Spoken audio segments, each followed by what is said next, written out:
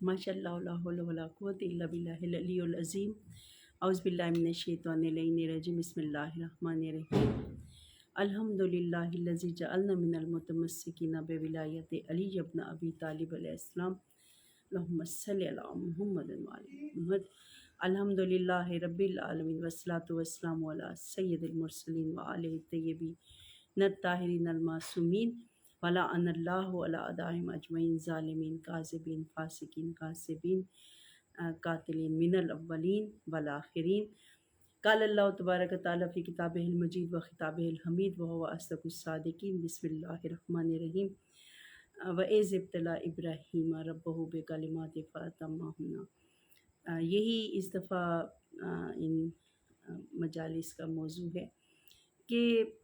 پروردگار نے جب حضرت ابراہیم کا امتحان لیا اور اس پر وہ پورے اترے تو پروردگار نے فرمایا کہ قَالَ إِنِّي جَاعِلُكَ لِلنَّاسِ إِمَامًا کہ میں تمہیں انسانوں کا امام بنانے والا ہوں۔ اور پھر اس پر جناب ابراہیم نے کہا کہ وَقَالَ مِن ذُرِّيَّتِي پروردگار کہ میری ذریت میں بھی امامت رہے، تو فرمایا پروردگار نے قَالَ لَا يَنَالُ عَهْدِ الظَّالِمِينَ کہ یہ جو عہد ہے وہ ظالموں تک نہیں پہنچے گا۔ تو ابھی ابتلا پر بات ہو رہی تھی کہ حضرت ابراہیم علیہ السلام اللہ کے نبی تھے، نبی ہیں، لیکن امامت کا عہدہ انہیں امتحان کے بعد ملا۔ اور میں قربان جاؤں پاک پروردگار کی عظمت پر، محمد و آل محمد سے مودت پر کہ پروردگار نے امامت کا عہدہ ان کے ساتھ دیا کہ جناب رسول خدا امام حسن اور امام حسین کو زانوں پر بٹھا کر فرماتے تھے مسجد نبوی میں اصحاب کے سامنے کہ حاذان ابنان امامان کہ یہ میرے دونوں بیٹے جو ہیں وہ امام ہیں، حسن بھی امام ہیں، حسین بھی امام ہیں، اور ان کے بابا یقیناً ان سے افضل ہیں۔ تو کہنے کا یہ مقصد ہے کہ امتحانات دنیا کے کل کی مجلس میں بھی عرض کیا تھا اس لیے ہیں کہ انسان اس کے ذریعے میدان عمل میں آئے اور جزا یا سزا کا مستحق ہو جائے، اور دوسری وجہ یہ ہے کہ اس کے درجات بلند ہوں۔ لیکن یہ عام انسانوں کے لیے ہے، مومنین کے لیے ہے، اگرچہ پروردگار جانتا ہے کہ مومن ایمان میں راسخ ہیں، لیکن پھر بھی پروردگار نے کہا کہ آہ سے بننا سوائیں یترکو ان یقولوا آمنا باللہ وہم لا یفتنون کہ ایسا نہیں ہوتا کہ انسان یہ سمجھے کہ وہ صرف اس بات پر کہ وہ اللہ پر ایمان لائے ہے اس کی آزمائش نہیں ہوگی، تو ایسا نہیں ہے۔ زبانی دعوے جو ہیں اس بارگاہ میں قبول نہیں ہوتے جب تک دل کی سچائی ساتھ نہ ہو اور پورے وجود کے ساتھ وہ اپنے کہے ہوئے الفاظ پر عمل کرے۔ جب وہ عمل کرتا ہے، جب انسان پورے مخلص ہو کر توحید کی بارگاہ میں، رسالت کی بارگاہ میں، امامت کی بارگاہ میں اپنے آپ کو ثابت قدم صراط حق پہ، صراط مستقیم پہ ثابت قدم رکھتا ہے، تب بھی وہ کامل مومن ہونے کا اعزاز اس بارگاہ احدیت سے حاصل کرتا ہے۔ اور اس کے بعد امتحان کے بارے میں کہ امتحان کے طریقے کیا ہیں، وہ کل بھی میں نے کہا کہ وسیلے کیا ہیں، پروردگار کن وسائل کے ذریعے، تو اس کے لیے فرمایا کہ وَلَنَبْلُوَنَّكُم بِشَيْءٍ مِّنَ الْخَوْفِ وَالْجُوعِ وَنَقْصٍ مِّنَ الْأَمْوَالِ وَالْأَنفُسِ وَالثَّمَرَاتِ کہ اللہ تعالیٰ نے اولاد کو بھی آزمائش کا ذریعہ بنایا ہے۔ انسان کے لیے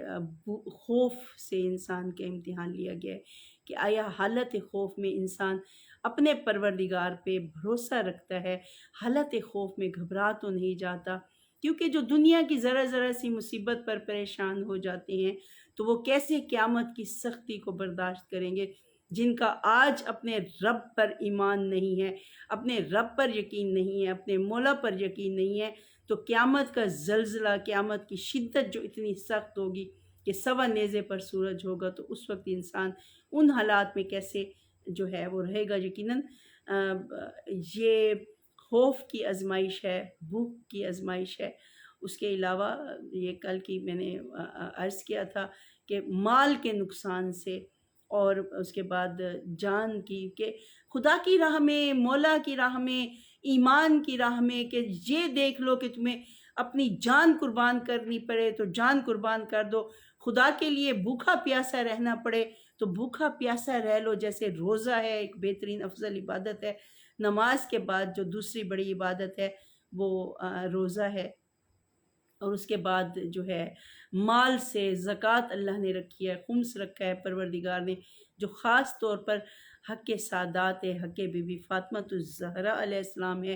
اور اس کے بعد جو ہے صدقہ ہے، خیرات ہے، کہ مال خرچ کرنے کے پروردگار نے طریقے بتا دیے کہ صدقے کے ذریعے، خیرات کے ذریعے، زکوٰۃ کے ذریعے، خم کے ذریعے اپنے مال کو اللہ کی راہ میں خرچ کرتے رہو. اور بہترین اس کا مصرف یہ ہے کہ اللہ کی راہ میں، اللہ کے ذکر کے لیے، اللہ کی رضا کے لیے، جیسے مجالس کا انتظام ہوتا ہے، لنگر کا انتظام ہوتا ہے، تو بانی مجلس جو ہوتے ہیں وہ کس طرح اپنے مولا کے نام پر اپنی رقم کو، اپنی کیا ہے، مال پروردگار کا ہے، کہ پروردگار انت المالک و انا المملوک، اے میرے پروردگار تو میرا مالک ہے، میں تیری مملوک ہوں. پروردگار انت الرازق و انا المرزوق، تو رزق عطا کرنے والا ہے اور میں ہوں جو تیری بارگاہ سے رزق حاصل کر رہا ہوں. تو جب رزق اس کا ہے، ہم تو مرزوق ہیں، تو اس رزق کو اللہ کی بارگاہ میں، اللہ کی راہ میں، اپنے مولا کی راہ میں، جن کی خاطر، جن کے صدقے یہ کائنات کا نظام چل رہا ہے، تو کیوں ہم ان کی راہ پہ خرچ نہ کریں. اور جب انسان حقدار سے اس کا حق روکتا ہے یا کسی کا حق غصب کرتا ہے تو مختلف مصیبتوں میں مبتلا ہو جاتا ہے. مولا سے کسی نے پوچھا، مولا مصیبت اور آزمائش میں فرق کیا ہے؟ تو میرے مولا نے فرمایا کہ ہر وہ تکلیف آزمائش ہے کہ جس کے بعد تمہاری عبادت میں فرق نہ آئے، اللہ کے زیادہ قریب ہو جاؤ، اللہ کا زیادہ شکر ادا کرو. لیکن اگر اللہ سے دوری کا سبب بن جاتے ہیں تو وہ تمہارے لیے آزمائش نہیں ہے، وہ تمہارے لیے مصیبت ہے. تو گویا ہر حال میں شاکر رہنا، ہر حال میں اللہ کا شکر ادا کرنا جو ہے وہ انسان پر واجب بھی ہے اور انسان کے جو ہے امتحان ہے. حضرت ابراہیم علیہ السلام آپ کے پاس گوسفند تھی، بھیڑ بکریاں تھی، چرا رہے تھے، تو آواز آئی آپ کو کسی سمت سے کہ سبحان قدوس ربنا و رب الملائکات والروح. جب یہ آواز سنی، اتنی خوبصورت آواز سے کسی نے اپنے پروردگار کو پکارا تھا کہ حضرت ابراہیم نے فرمایا کہ اے شخص، اے اللہ کی عبادت کرنے والے، یہ میری جو آپ کے جو مویشی تھے ان میں جو بہترین صحت مند بکری تھی، تو وہ آپ نے جو تھا کہا کہ یہ تم لے لو. اور اس کے بعد دوبارہ وہ آواز ہے کہ سبحان قدوس ربنا و رب الملائکات والروح. تو دوبارہ آپ نے دوسری جو دمبا تھا یا بھیڑ تھی وہ جدا کی. جب تیسری بار آواز آئی اسی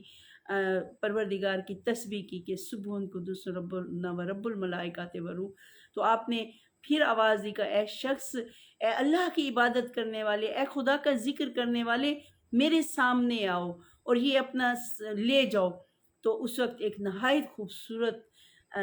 صاف ستھرے سفید لباس میں ملبوس ایک خوبصورت نوجوان سامنے آیا. تو آپ نے کہا کہ اپنا مال لے جاؤ. تو وہ سلام اس نے کیا اور سلام کے بعد وہ واپس چلا. تو اس نے کہا کہ اے ابراہیم، یہ اپنا مال آپ لیتے جائیے. تو اس نے کہا کہ یہ مال تو یہ تو میں نے تمہیں اللہ کے نام پہ دے دیا.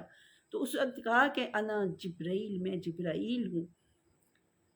تو یہ اللہ کی طرف سے آزمائش کی کہ اللہ کا نام سن کر کس طرح. اور میں سلام پیش کرتی ہوں اپنے مومنین بھائیوں کو اور بہنوں کو کہ جب بھی مولا کا ذکر ہوتا ہے، میں نے اکثر دیکھا ہے کہ مولا کے نام پر کبھی اپنے مال کو پیارا نہیں کیا. کہ جب قصیدہ پڑھا جاتا ہے تو مومن وجد میں جھوم رہا ہوتا ہے. اور مولا کے نام پر نیاز، لنگر کا انتظام کرنا، یہ مولا کی مودت میں اکثر فقیر گزر رہے ہوتے ہیں موالی مولا کے، یا علی کا نعرہ لگا کے گھروں سے جب گزرتے ہیں یا قصیدہ پڑھ رہے ہوتے ہیں، اگر کسی مومن کے کان میں آواز چلی جائے تو اسے روک کے کہیں گے کہ اے بندہ خدا، اے محب مولا کائنات، کچھ دیر ٹھہر اور ہمیں ہمارے مولا کا قصیدہ سنا دے۔ اور جب وہ فقیر، جب وہ موالی، وہ مومن مولا کا قصیدہ سناتا ہے تو مومن کے پاس اس کی اس وقت جیب میں جو کچھ ہوتا ہے وہ اسے دے دیتے ہیں۔ تو کیونکہ پروردگار کا بارہ فان اللہ کا ذکر ہے کہ ہم نے تمہارے ذکر کو بلند کر دیا کہ تم میرا ذکر کرو، میں تمہارا ذکر کروں گا۔ پروردگار عرش پر محمد و آل محمد پر درود بھیج رہا ہے۔ ان اللہ و ملائکتہ یصلون علی النبی یا ایھا الذین آمنوا صلوا علیہ وسلموا تسلیما اللہم صلی علی محمد و آل محمد، کہ وہ درود کی صورت میں اللہ محمد و آل محمد صلوات اللہ علیہم اجمعین، کہ جب انسان ایک دفعہ درود بھیجتا ہے تو پروردگار اس کی 10 حاجتیں بغیر مانگے اللہ تعالیٰ اس کی پوری کر دیتا ہے، 10 رحمتیں اس پر نازل کرتا ہے، 10 نعمتیں اسے عطا کرتا ہے، اور اس کے گناہ جو ہے وہ پروردگار بخش دیتا ہے۔ بلکہ شب معراج جب عرش پر جناب رسول خدا گئے تو آپ نے حضرت میکائیل علیہ السلام کو دیکھا، تو آپ جانتے ہیں لیکن ہم امت کو بتانے کے لیے یہ درود کی فضیلت آپ نے یہ واقعہ بیان کیا کہ میں نے میکائیل سے پوچھا کہ تمہارے پاس کیا حساب ہے؟ اس نے کہا کہ بارش کے پتوں کا حساب ہے میرے پاس، جو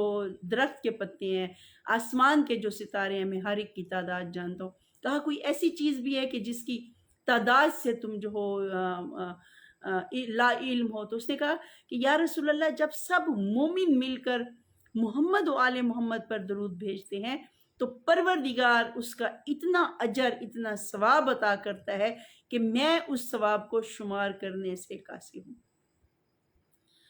تو چیز وہی بات ہے کہ پروردگار انسان کو دنیا میں آزما رہا ہے اپنی مودت کے ذریعے، اپنی عبادت کے ذریعے، محمد و آل محمد کی مودت کے ذریعے، ولایت کے ذریعے، امامت کے ذریعے، کہ آئیے یہ غلط رستے پر تو نہیں چلے جاتے۔ حضرت موسیٰ کی قوم جو بنی اسرائیل تھی اس کی بھی آزمائش کی گئی، اور ان کی آزمائش کس طرح کی گئی کہ جب اللہ نے وعدہ کیا کہ 30 راتیں عبادت کے بعد حضرت موسیٰ علیہ السلام کو تورات عطا کی جائے گی اور مقدس لوحیں جو ہیں وہ عطا کی جائیں گی۔ حضرت موسیٰ 30 دن کے لیے عبادت کے لیے گئے، اور حضرت ہارون کو اپنے چچا زاد بھائی کو جو اپنا نائب، اپنے خلیفہ بنا کر اس بنی اسرائیل کی قوم میں چھوڑ کر گئے، اور 30 دن کے بعد جب واپس آئے تو وہ قوم گمراہ ہو چکی تھی۔ کس طرح ان کی آزمائش کی گئی کہ بنی اسرائیل میں سامری جادوگر تھا، سامری تھا، مسلمان ہو گیا تھا، حضرت پروردگار کی توحید کا اقرار، جناب موسیٰ کی نبوت کا اقرار کر چکا تھا۔ تو اس نے دیکھا کہ جب بعض واقعات میں کہ جب دریائے نیل کو پار کرنے لگے تھے، اس وقت بعض میں اور واقعات درج ہیں۔ بہرحال اس نے دیکھا کہ حضرت جبرائیل جب واپس جا رہے تھے تو اس نے دیکھا کہ حضرت جبرائیل جس گھوڑے پر سوار تھے، اس گھوڑے کی، یہ قرآن پاک میں یہ واقعہ درج ہے آیات کی صورت میں، تو اس نے دیکھا کہ حضرت جبرائیل کے جو گھوڑے کے سم جس زمین پر پڑتے تھے تو وہ مٹی جو تھی وہ حرکت کرتی تھی، حرکت کر رہی تھی۔ اس نے کیا کیا کہ جب حضرت جبرائیل واپس گئے تو اس نے اس مقام کی مٹی کی مٹھی لی اور اپنے پاس محفوظ کر لی۔ وہ مٹی حرکت کر رہی تھی، یعنی حضرت جبرائیل علیہ السلام کے گھوڑے کی یہ عظمت ہے کہ وہ جہاں سو پڑتے ہیں وہ مٹی جو ہے وہ زندہ ہے، وہ جاندار ہے، وہ حرکت کر رہی ہے۔ میں قربان جاؤں جناب رسول خدا پر کہ جن کے در کے جبرائیل جیسے نوکر ہیں، کہ میکائیل جیسے آ کے چکی پیستے ہیں، کہ جنت کے رضوان جو ہے وہ آ کر دروازے پر در بی بی فاطمۃ الزہرا اور در مولائی کائنات پر آ کر کہتے ہیں انا خیاط الحسنین، کہ ہم حسنین کے درزی ہیں، ہم جنت سے حسنین کے لباس عید کے لیے لائے ہیں۔ تو ان کی کیا شان ہوگی کہ جن کے در کے حضرت جبرائیل نوکر ہیں۔ اور یہی وجہ تھی کہ حضرت مولا جناب رسول خدا محمد مصطفیٰ صلی اللہ علیہ وآلہ وسلم جب ہاتھوں پہ سنگریزہ لیتے تھے تو وہ سنگریزے دست الہی ہیں، یہ ہاتھ محمد مصطفیٰ کا ہاتھ نہیں ہے، یہ ہاتھ دست الہی ہے،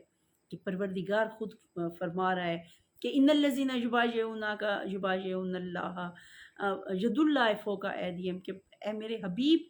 یہ جو تمہاری بیعت کر رہے ہیں یہ صرف یہ اللہ کی بیعت کر رہے ہیں، ان کے ہاتھوں پر در حقیقت اللہ کا ہاتھ ہے۔ گویا رسول اللہ کے ہاتھ کو پروردگار اپنا ہاتھ کہہ رہا ہے۔ اس لیے ہے کہ مولا کائنات کا ہے کہ وجہ اللہ کرم اللہ، سب اہل سنت تمام مسلمان اس بات پر متفق ہیں کہ آپ عین اللہ ہیں، آپ ید اللہ ہیں، آپ وجہ اللہ ہیں، آپ کرم اللہ ہیں، آپ اسد اللہ ہیں، آپ ید اللہ ہیں۔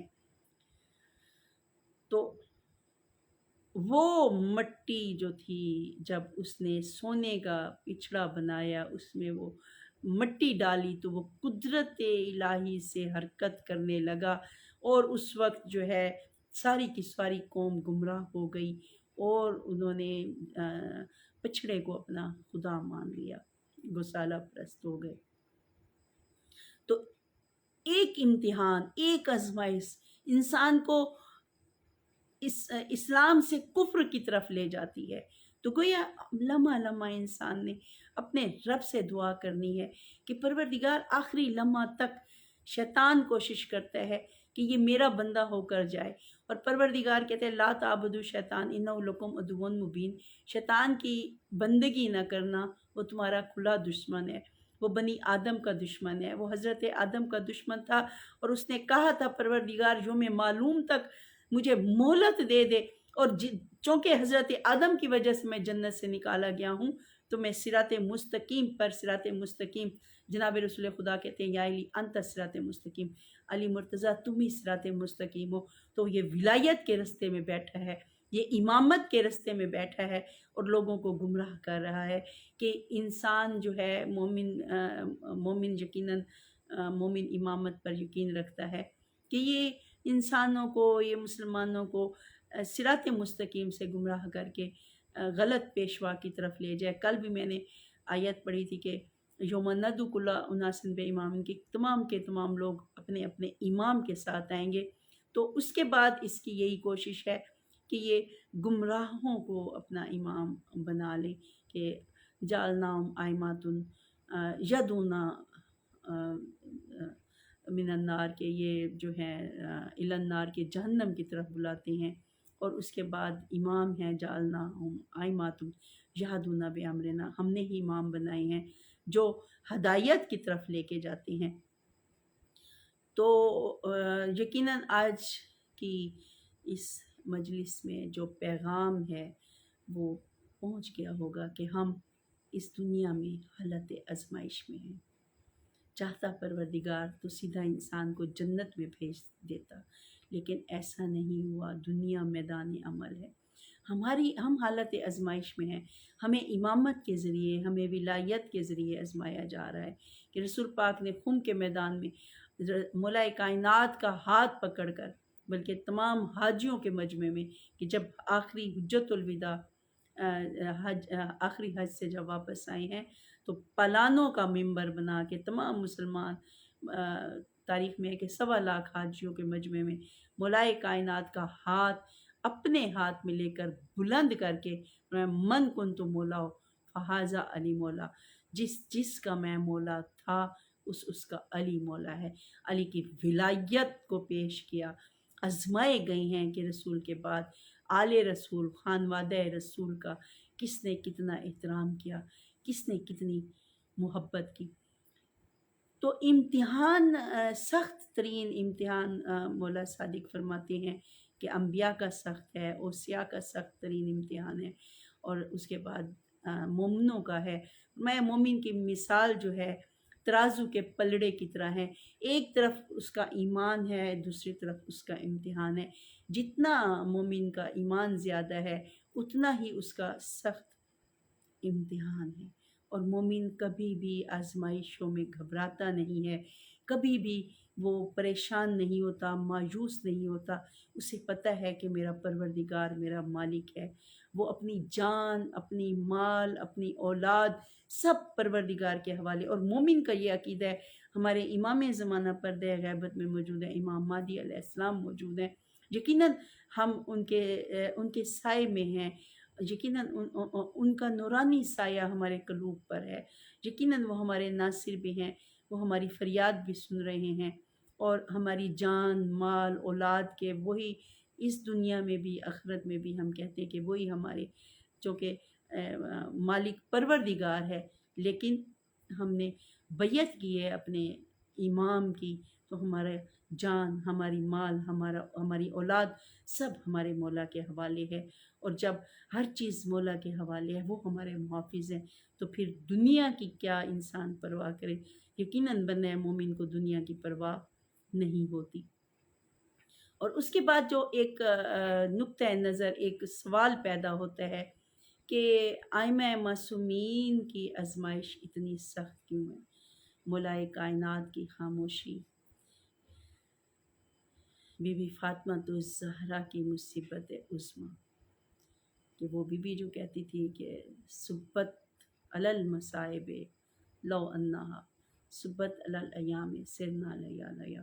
بابا آپ کے بعد وہ مصیبتیں نازل ہوئی کہ اگر دنوں پر پڑتی دن سیاہ ہو جاتے، پہاڑوں پر پڑتی پہاڑ ریزہ ریزہ ہو جاتے، امام حسن مجتبیٰ، امام حسین، امام زین العابدین۔ تو اس کی ایک جو وجہ سامنے آتی ہے وہ یہ ہے کہ یہ رول ماڈل ہیں، کیونکہ رسول پاک کے لیے فرمایا کہ تمہارے درمیان رسول کی ہستی جو ہے، ان کی سیرت جو ہے وہ نمونہ عمل ہے، اور رسول پاک فرما گئے کہ ہم سارے کے سارے محمد ہیں، اللہم صلی اللہ علیہ وسلم، حسین منی وانا من الحسین، علی منی وانا منہم۔ تو ان رول ماڈل تھے، تو انہوں نے یہ ان سخت امتحانات سے گزر کر دنیا والوں کو بتایا کہ دیکھو دنیا میں کس طرح زندگی گزاری جاتی ہے، دنیا میں کس طرح خدا کی رضا پر راضی رہا جاتا ہے۔ تو یہ جو ہے مولا امام زین العابدین کا میرے ذہن میں ایک واقعہ کہ ایک مرتبہ آپ بھی علیل ہو گئے، تو مولا حسین علیہ السلام قریب ہے کہ بیٹا کسی چیز کی ضرورت ہے؟ کہا پروردگار کی قدر و رضا پہ راضی ہوں۔ فرمایا تم نے وہی جواب دیا جو حضرت ابراہیم علیہ السلام نے جواب دیا تھا۔ پروردگار روز قیامت جب سب لوگ سامنے آئیں گے، تو اس میں بعض خوبصورت جوان اور خوبصورت عورتیں ہوں گی، سامنے آئیں گی، تو ان سے سوال کیا جائے گا کہ کیوں بد کرداری کی طرف تم کیوں گئے؟ کو کہا ہمارے حسن نے ہمیں اس راستے پر لگایا۔ تو پروردگار اس وقت حضرت یوسف علیہ السلام کو سامنے کریں گے اور کہیں گے دیکھو کہ کیا یوسف سے زیادہ کوئی حسین ہے؟ اور اس کے بعد حضرت مریم علیہ السلام کو سامنے پیش کیا جائے گا۔ تو مولا حسین علیہ السلام پر جس طرح کربلا میں مصائب آئے، تو آج ہم جب دیکھتے ہیں تو ہمیں اپنی تکالیف، اپنی مصیبتیں بہت چھوٹی نظر آتی ہیں جب ہم مولا حسین علیہ السلام کی، کیونکہ ہر نبی جو ہے جب آزمائش میں، حضرت ایوب علیہ السلام کا صبر مشہور ہے، لیکن ایک وقت آیا کہ حضرت ایوب نے بھی کہا کہ پروردگار میری ہمت جواب دے گئی ہے۔ اسی طرح حضرت نوح علیہ السلام نے بھی اپنی قوم کو بد دعا کی، فقط محمد و آل محمد ہیں، اتنے مصائب، اتنے اس کے باوجود بھی آپ نے اپنے نانا کی امت کو بد دعا نہیں دی سوائے چند موقع پر۔ لیکن تو مین جو کہنے کا مقصد ہے اس موضوع پر یقیناً پھر بات ہوگی کہ حضرت آپ کا جو امتحان تھا، آپ کے پاس اختیار کن فیکن ہے۔ پیاس آپ کے لیے مسئلہ نہیں تھی، مولا حسین چاہتے، حضرت عباس چاہتے، کربلا کی مٹی پانی ہو جاتی۔ یہ دست الہی ہے، اشارہ کرتے آپ، پانی کی موجیں خیمے کے در کو آ کے بوسہ دیتی۔ تلواروں تیروں کی ہمت نہیں تھی کہ آپ کی طرف بڑھتے۔ آپ نے خود خطبے میں فرمایا تھا کہ اے تلواروں، اے تیروں، اے نیزوں، اگر میرے نانا کا دین میرے خون بہائے بغیر نہیں بچتا تو حسین کا وجود حاضر ہے۔ تو اختیار کے باوجود اس عمل میں سے گزرے۔ آپ نے بیبیاں تھیں، حالت خوف تھا، 9 لاکھ کا لشکر تھا، چاروں طرف سے تلواروں کی جھنکاریں تھیں، نیزوں کی، انیوں کی، اور عجیب خوف کا عالم تھا، لیکن ان میں بیویاں پرسکون تھیں۔ ہر بیوی چاہتی تھی کہ میرا بیٹا سب سے پہلے حسین پر قربان ہو جائے۔ حسین دین الہی کا نام ہے۔ کس نے کہا تھا کہ دین است حسین، دین پناہ است حسین، شاہ است حسین، بادشاہ است حسین، سرداد نداد دست در دست یزید، حقہ کے بنا لا الہ است حسین۔ لا الہ کی بنا ہے حسین، دین ہے حسین۔ کہ کون سی مصیبت ہے جو کربلا میں نہیں آئی؟ کربلا کرب و بلا کا نام ہے۔ مولا امام سجاد کے حوالے سے چونکہ گفتگو ہو رہی تھی، امام سجاد کل کی میں نے مجلس میں عرض کیا تھا کہ وہ امام ہیں جنہیں دستار امامت جلتے ہوئے خیام میں ملی۔ 23 سال پہلے کی جو زندگی ہے، چونکہ مولائے کائنات کے سایہ اقدس میں 2 سال رہے ہیں، پھر 10 سال مولا حسن مجتبیٰ کی سایہ شفقت میں رہے ہیں، 23 سال تک مولا حسین کا دست شفقت آپ کے سر پہ رہا ہے۔ تو ان 23 سالوں میں ہمیں مولا سجاد کی زندگی کے حالات زیادہ نظر نہیں آتے، سوائے چند ملتے ہیں کہ جب مولا حسین علیہ السلام مدینے میں اپنے گھر سے باہر آتے، آپ کے دائیں طرف حضرت عباس ہوتے، ایک طرف امام سجاد ہوتے، شہزادہ علی اکبر قریب ہوتے، شہزادہ علی قاسم۔ مدینے کے لوگ اپنی دکانیں بند کر دیتے تھے، آپ کی زیارت کے مشتاق ہوتے تھے، آپ کے مقدس منور چہروں کی دیر تک زیارت کرتے تھے۔ لیکن واقعہ کربلا کے بعد جو آپ کا کردار سامنے آیا ہے کہ کون سی مصیبت ہے جو مولا سجاد کے سامنے نہیں تھی۔ پیاسے، بھوکے، غم کے مارے یتیم آپ کے سامنے تھے۔ آپ جب جلتے ہوئے خیام سے بی بی زینب کبریٰ سہارا دے کر جلتے ہوئے خیمے سے مولا سجاد کو باہر لائی ہیں، تو مقتل کا منظر کہ وہ بیٹا ہے مولا سجاد کہ جس میں اپنے بابا کی لاش کے ٹکڑے دیکھے، بھائی کی لاش کے ٹکڑے، کہیں چچا عباس کے بازو کہ نہ کفن دے سکے اس وقت، نہ دفن کر سکے، توکو رسن سے جکڑ دیا گیا آپ کا مبارک وجود۔ اور وہ لمحہ تھا کہ جب مقتل سے گزارا گیا، بی بی زینب کی نظر ان لاشوں پر پڑی۔ میری بی بی نے بے پلان اونٹ سے بندھے ہوئے ہاتھوں سے میری بی بی اونٹ کے بے پلان اونٹ سے زمین پر آئیں، اور پھر کوہنیوں کے بل لاشہ امام حسین پر پہنچی، اور کوہنیوں سے مولا حسین کے لاشہ مبارک سے پتھر ہٹاتی رہیں، ٹوٹے ہوئے نیزے، ٹوٹی ہوئی تلواریں ہٹاتی رہیں، اور بی بی کہتی تھی حسین مجھے وہ وقت یاد آ رہا ہے کہ جب میرے بھائی حسن مجتبیٰ کے جنازے پر تیر برسائے گئے، حسین وہ تیر ہم نے مل کے کھینچے تھے، آج زینب مجبور ہے حسین، آج زینب کے ہاتھ بندھے ہوئے ہیں، کاش آج میرے ہاتھ آزاد ہوتے، حسین میں تیرے لاشے سے یہ تیر ہٹاتی، حسین میں تیرے لاشے سے یہ پتھر ہٹاتی، حسین کاش میرے سر پہ ردا ہوتی، حسین میں تجھے دفن کرتی، حسین میں تجھے کفن دیتی۔ اور مولا سجاد سے کسی نے پوچھا کہ مولا سب سے زیادہ سخت مصیبت کہاں آئی؟ مولا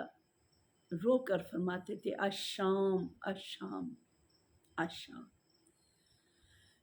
فرمایا 7 ایسی مصیبتیں تھیں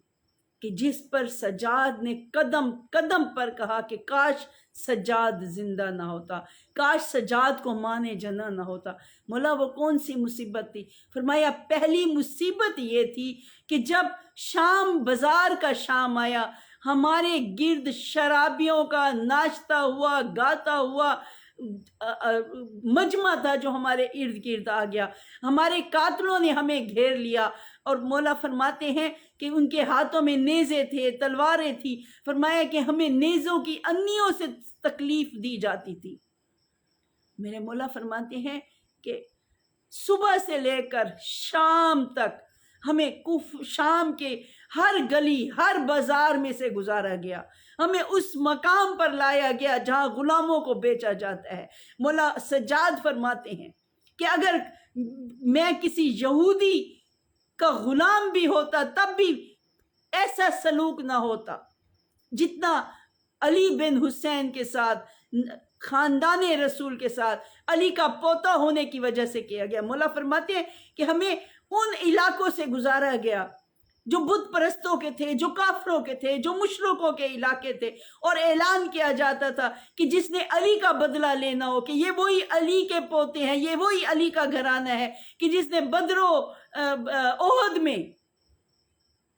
تمہارے گھر ویران کیے تھے خدا کی نصرت میں، رسول خدا کی نصرت میں، آؤ آج ان سے بدلہ لے لو۔ کہا لوگ چھتوں پر جمع ہو جاتے تھے، ہم پر آگ برساتے تھے، ہم پر کھولتا ہوا پانی پھینکتے تھے۔ مولا فرماتے کہ ایک مقام ایسا آیا کہ کسی نے آگ برسائی، میرا امامہ جل گیا اور آگ کی تپش میں نے دماغ تک محسوس کی۔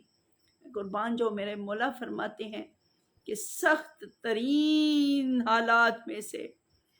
سخت ترین مصائب کا سامنا تھا۔ مولا فرماتے ہیں مجھے سکینہ کے سوالوں نے بوڑھا کر دیا ہے، مجھے سکینہ کے سوال یاد آتے ہیں، مجھے سکینہ کی مصیبت یاد آتی ہے۔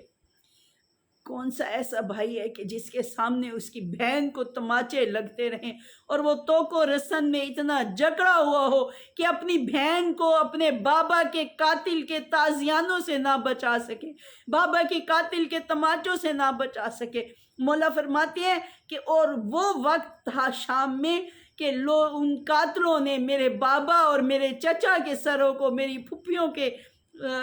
ساتھ رکھا، اور علی اکبر اور علی قاسم اور اونو محمد کے سروں کو بہنوں کے قریب رکھا، اور پھر وہ ان سروں سے کھیلتے تھے، ان مقدس سروں کو زمین پر گراتے تھے اور کبھی ان کو گھوڑوں کی ٹاپوں سے کچلتے تھے۔ لعنت اللہ علی قوم الظالمین وعلی اعدائہم اجمعین۔ اللہم کل ولیک الحجت ابن الحسن صلواتک علیہ وعلی آبائی فی ہذہ الساعۃ وفی کل ساعۃ ولیم وحافظم وقائدم وناصرم ودلیلم وعینم حتی تسکنوا ارضک طوعا وتمتعوا فیہا طویلا۔